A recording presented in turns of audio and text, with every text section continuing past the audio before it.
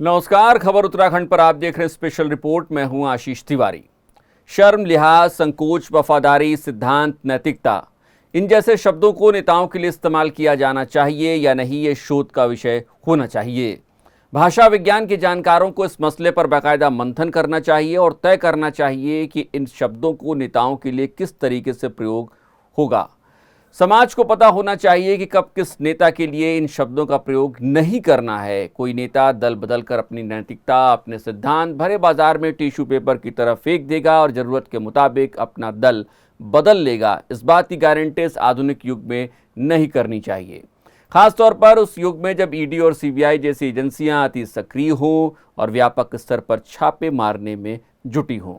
उत्तराखंड में बद्रीनाथ से कांग्रेस के टिकट पर जीत कर आए विधायक राजेंद्र भंडारी ने कांग्रेस को अलविदा कह दिया है। वो बीजेपी में शामिल हो चुके हैं।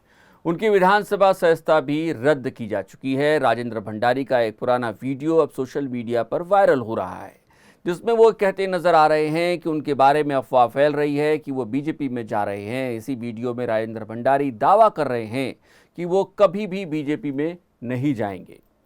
राजेंद्र भंडारी को यह वीडियो रिकॉर्ड करने वाले को अब तलाश करना चाहिए और उससे पूछना चाहिए कि ये उन्होंने कब बोला था। हो सकता है राजेंद्र भंडारी ये भूल गए हों कि कभी उन्होंने ऐसा भी कहा था।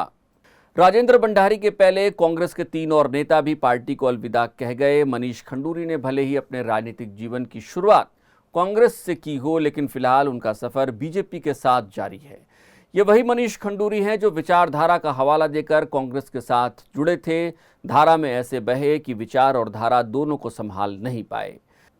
गंगोत्री से विधायक रह चुके विजयपाल सजवाण और मालचंद ने अपना जो इस्तीफा कांग्रेस के प्रदेश अध्यक्ष को सौंपा, उसे देखकर ये पता चलता है कि अगर आपको इस्तीफा देना हो तो पहले अपने जानने वाली नेताओं से पूछ लीजिए कि कहीं वो भी इस्तीफा तो नहीं लिख रहे हैं। ऐसे में आप इस्तीफे की लाइनें लिखने की मशक्कत से बच जाएंगे और व्हाट्सएप पर इस्तीफे का मजमून मंगाकर वही अपने त्यागपत्र में लिख सकते हैं। इससे आपका टाइम भी बचेगा और टाइपिस्ट का खर्चा भी। हालांकि तसल्ली से ये नहीं बताया जा सकता है कि पहले मालचंद ने अपना इस्तीफा लिखा होगा या फिर विजयपाल सजवाण ने। फिलहाल दोनों बीजेपी के साथ गए। उत्तराखंड में एक और कांग्रेसी ने अपना त्यागपत्र प्रदेश अध्यक्ष को सौंपा है और वो हैं अनुकृति गोसाई। अनुकृति गोसाई 2 साल पहले ही कांग्रेस में आई थीं और अब कांग्रेस से बाहर जा चुकी हैं। इतने समय में अनुकृति गोसाई ने कैसे कांग्रेस की विचारधारा को धारण किया होगा, ये उन्हें ही मालूम होगा। हालांकि खास बात यह है कि मालचंद, विजयपाल सजवाण और अनुकृति गोसाई तीनों ने ही व्यक्तिगत कारणों का हवाला देते हुए पार्टी से इस्तीफा दिया है। क्या जनता को इस बात का अधिकार हो सकता है कि वो किसी नेता के इन कथित तौर पर व्यक्तिगत कारणों के बारे में जान सके, फिर चाहे वो बीजेपी से कांग्रेस में जा रहा हो या फिर कांग्रेस से बीजेपी में? वैसे नेताओं की इतनी बड़ी जमात के हाथ से फिसल जाने के बाद कांग्रेस के लिए मुश्किल की घड़ी तो है ही। कांग्रेस के लिए मुश्किल ये भी है कि सियासी गलियारों में उसने एक और विधायक के टूटने की खबरें तैर रही हैं।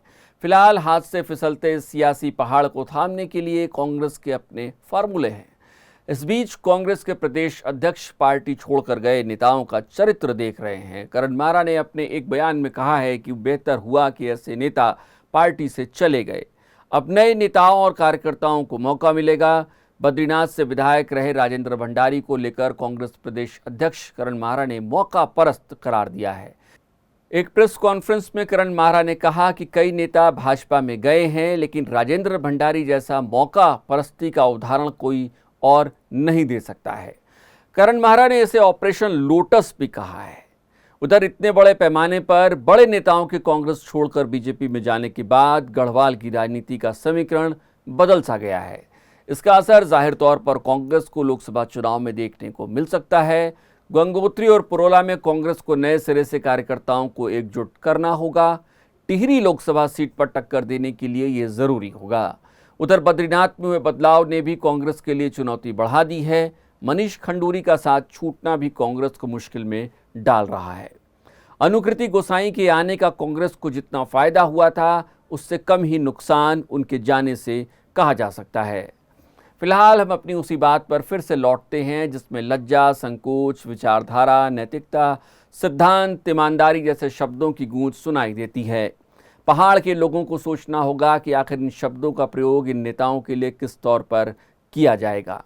आप देख रहे थे स्पेशल रिपोर्ट। अगर आप हमें फेसबुक पर देख रहे हैं तो पेज को फॉलो करें, अगर यूट्यूब पर देख रहे हैं तो चैनल को सब्सक्राइब करें और बेल आइकन ज़रूर दबाएं।